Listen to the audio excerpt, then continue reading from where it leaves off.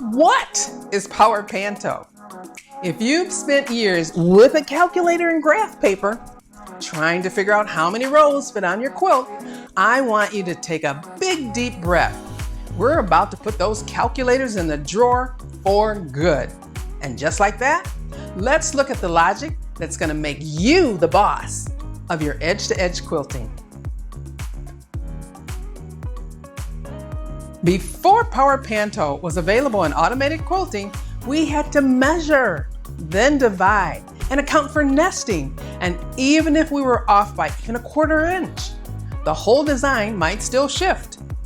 It created what I call software anxiety, the fear that one click could ruin your whole quilt. Power Panto is the total solution to that problem. It's an automated logic that takes the math right out of your hands and puts it into the software. We aren't just placing patterns anymore. We're telling the software the size of our workspace, the size of our quilt, and pretty much letting the software do the rest. Here's our game plan for designing our quilts in Power Panto. It comes down to 3 easy steps. 1, measure. We tell the software how big the quilt is. 2, select. We choose a pattern for our quilt. 3, sew. We send the message to the machine to sew in zones, and that's where the magic begins. The software handles the row counts, the nesting, and the math. Our job is to be the conductor, not the calculator.